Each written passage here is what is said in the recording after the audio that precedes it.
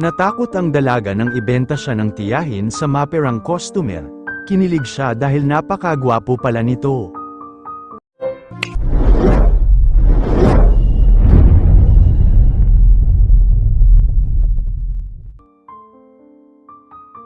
Sa susunod, mag-iingat ka, marami pa namang mandurukot dito sa lugar na to, sabi ng 7 gulang na si Apple.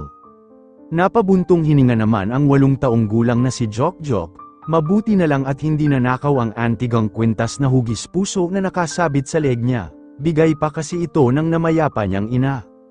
Muntik na kasing makuha ng binatilyong mandurukot ang kwintas ng bata, mabuti na lang at dumating si Apple at kinagat nito sa braso ang mandurukot, marami ring tao sa paligid kaya hindi sila nagantihan nito at kumaripas na lang ng takbo.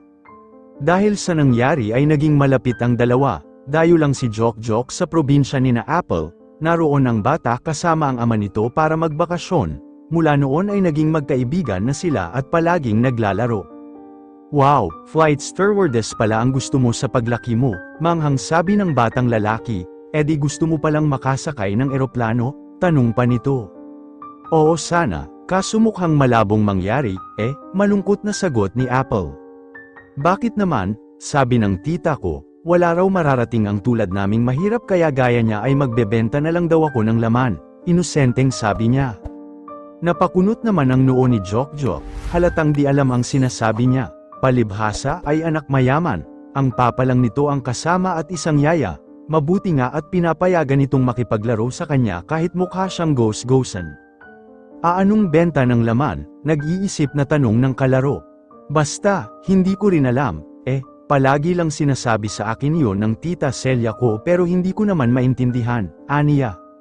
Pero di akalain ni Apple na yon na ang huling beses na makakausap at makakalaro niya si Jok-Jok, dahil tapos na ang pagbabakasyon ng mga ito sa probinsya nila. Babalik na ito sa Maynila para mag-aral, sa pag-alis nito ay labis siyang nalungkot, wala na siyang malapit na kaibigan, wala ang makikinig sa mga kwento niya. Mamimiss niya talaga ito dahil sa lahat ng batang nakilala niya ito lang ang kakaiba dahil mukha itong Amerikano, kung hindi nga lang ito matatas sa pananagalog iisipin niyang Kano talaga ito. Makalipas ang maraming taon, 24 anyos na siya, wala pa ring nagbabago sa buhay niya, mahirap pa rin siya at kasama pa rin ang kanyang tiyahing si Celia na isang bugaw. Sa wakas, mapapakinabangan ko na rin ang anak ng kapatid kong Kerenkeng.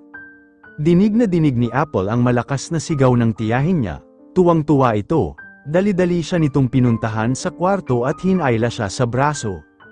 Bumangon ka riyan at magbihis ka, suutin mo itong mga binili kong mga damit at may customer ka, sabi nito. Ano po, anong-ano ka dyan, ito na ang takdang araw para makadilihensya naman ng ako ng malaki-laking kwarta. Aba, hindi kita pinalaki, binihisan at pinalamon para walang mapala sa iyo. Iniwan ka sa akin ng malandi mong nanay na nagpabuntis lang sa jeepney driver niyang boyfriend noon tapos ay niloko lang din naman. Pagkatapos noon ay nabalitaan kong sumama naman siya sa Arabo at kahit kailan ay hindi na bumalik dito sa Pilipinas, wala na nga akong balita sa kanya pero akala ba ng magaling kong kapatid na ganoon na lang yun? Nagkakamali siya dahil ikaw ang gagawin kong pambayad utang sa mga nagastos ko sa pagpapalaki sa iyo. At ngayon na yun, kaya hala magbihis ka na at magpaganda ka para sa una mong customer, sabi ng tia Celia niya. Dumating na nga ang kinatatakutan niya, ito na ang sinasabi noon ng tiyahin niya na magbebenta na siya ng laman, nakakapangilabot mang pakinggan pero wala siyang magagawa, ito na ang kapalaran niya. Akala niya noon ay mahal siya ng tia Celia niya dahil kinupkup siya nito nang biglang mawala sa buhay niya ang tunay niyang ina pero hindi. Kahit kailan ay hindi siya nito itinuring na pamangkin, hindi rin siya nito pinag-aral, ang sabi nito ay sayang lang daw ang pera, mas mabuti na maging bayaran na lang siya para makapagtanaw ng utang na loob sa babae. Gusto niyang tumakas pero wala naman siyang mapupuntahan, masakit man, tinanggap niya na sa sarili na yon na ang kahihinatnan ng buhay niya. Pagkatapos niyang magbihis ng napakaikling damit na halos kita na ang kaluluwa niya ay pinagmamadali siya nitong pinalabas ng kwarto dahil malapit na dumating ang unang customer niya. Ilang sandali nga ay may kumatok na sa pinto, nang buksan yun ng kanyang tiyahin ay agad nilang sinalubong ang bisita, nakatungo lang siya, hindi niya ito tinitingnan. Good morning, sir, mabuti naman at dumating na kayo. Oh, tingnan mo sir. maganda ito, maputi, malusog ang dibdib, at higit sa lahat, birhen na birhen pa yan. Tinext ko na sa iyo kanina ang presyo niyan, jackpot na jackpot ka dyan, sir, sabi ng tiyahin. 50,000, di ba, per night? Tanong nito sa baritonong tono. Yes, sir, sulit na yun, sagot ni Celia. Pwede ba na 1 month? Tanong ulit ng lalaki. Hindi napigilan ni Apple na mapatingala sa sinabi ng customer na 1 month, nanlaki ang mga mata niya nang makita ang mukha nito.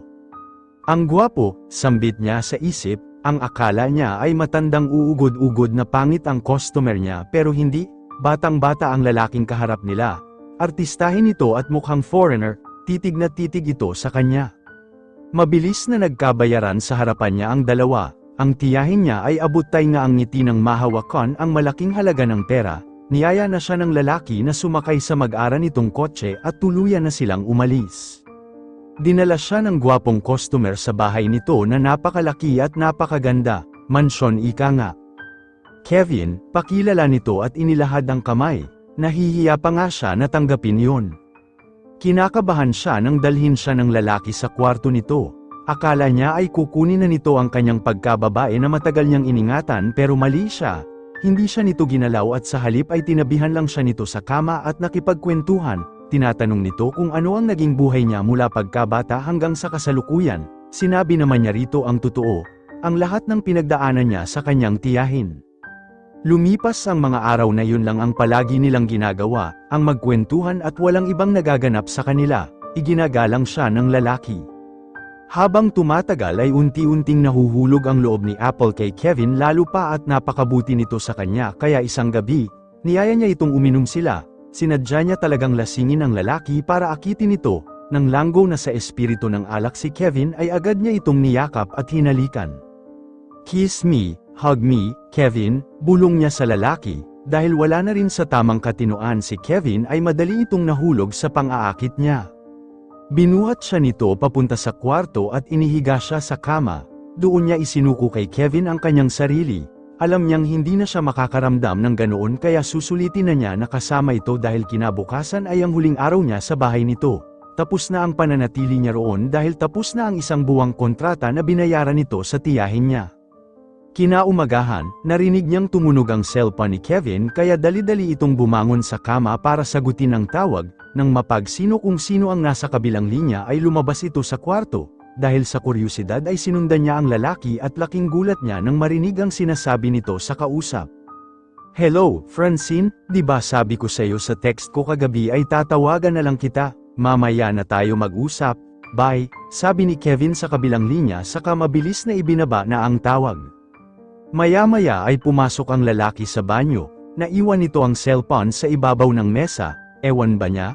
Pero pinakialaman niya yon at tiningnan ang mga mensaheng naroon, biglang nangilid ang mga luha niya sa kanyang nabasa.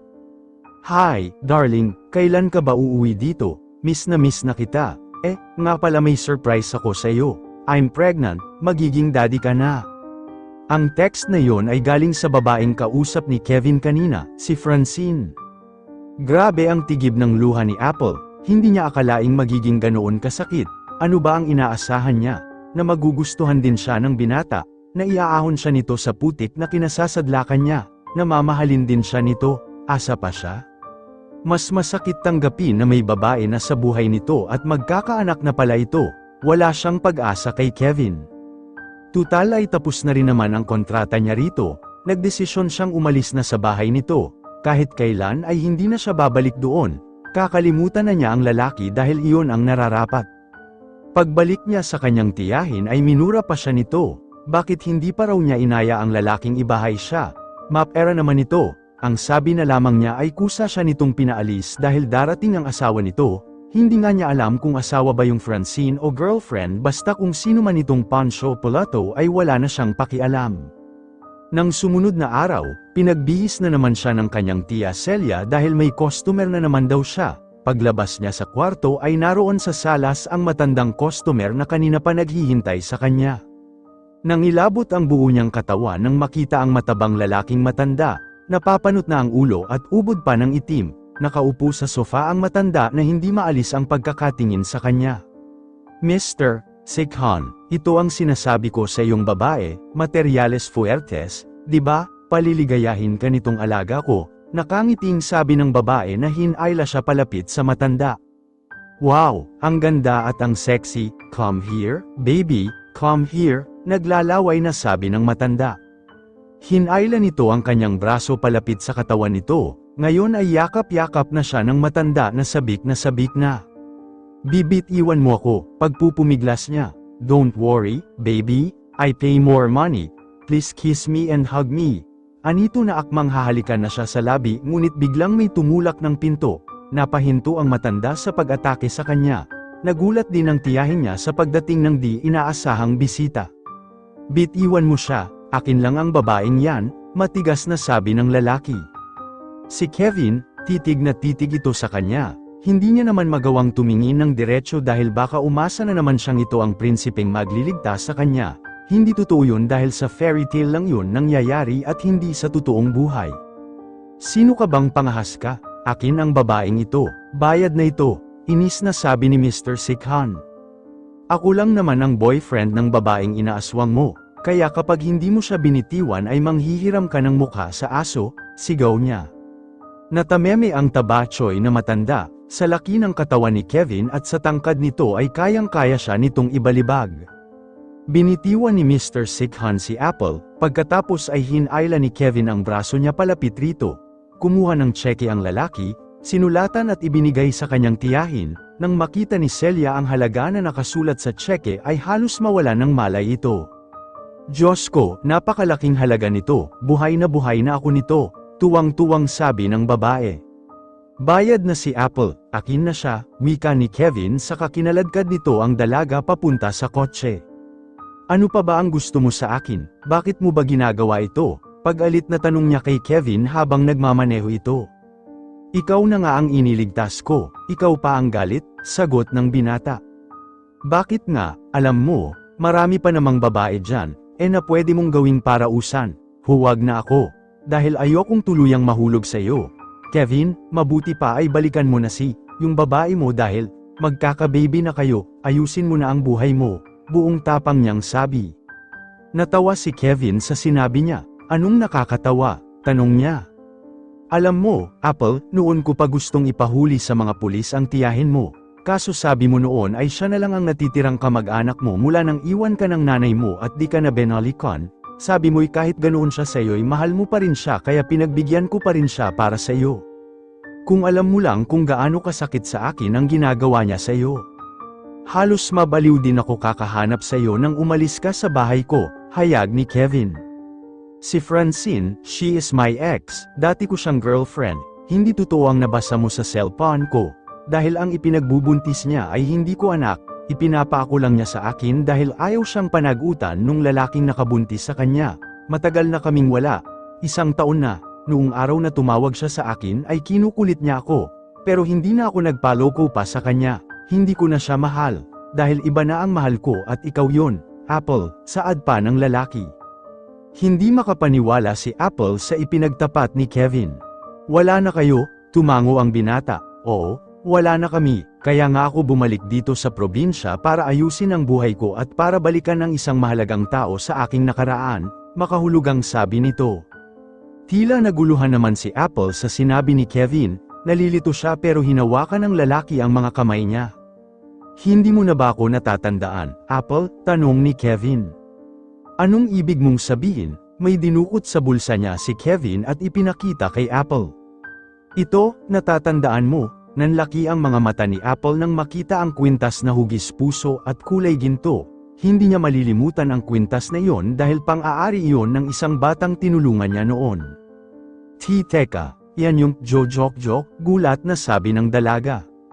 Natatawang tumango ang binata, Joaquin Kevin ang tunay kong pangalan at Jok, ang aking palayaw, sinubukan kong balikan itong lugar kung saan tayo unang nagkakilala, nang malaman ko ang ginagawa sa iyo ng tiyahin mo'y sobra akong naawa sa iyo. Totoo pala ang sinabi mo noon na ibebenta ka niya kaya gumawa ako ng paraan para maialis kita sa ganoong klaseng buhay, at ito nga ang naisip ko, ang bilhin kita, sa kanya.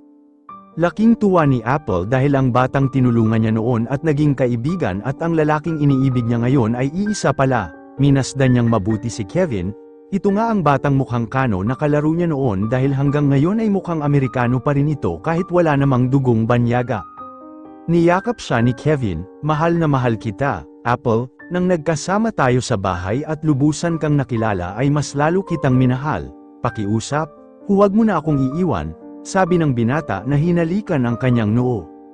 Napayakap na rin siya sa lalaki, mahal din kita, Kevin, mahal na mahal. Pinag-aral ni Kevin si Apple, tinupad ng binata ang pangarap ng kasintahan na maging flight stewardess, matapos ang isa pang taon ay nagpakasal na sila, naging masaya ang pagsasama ng dalawa na malapit ng maging magulang dahil nakatakda ng isilang ni Apple ang kanilang panganay na anak.